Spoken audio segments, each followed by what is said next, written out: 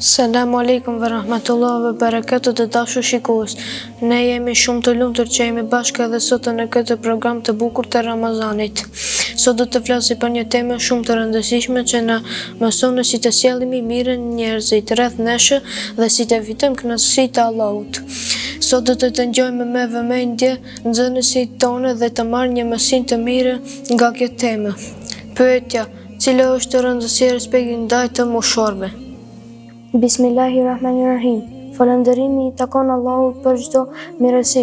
Paqja dhe bekimi i Allahut qoftë mbi Muhamedit alayhi salam. Të moshorët janë një begati për ne sepse ata kanë shumë përvojë dhe dituri.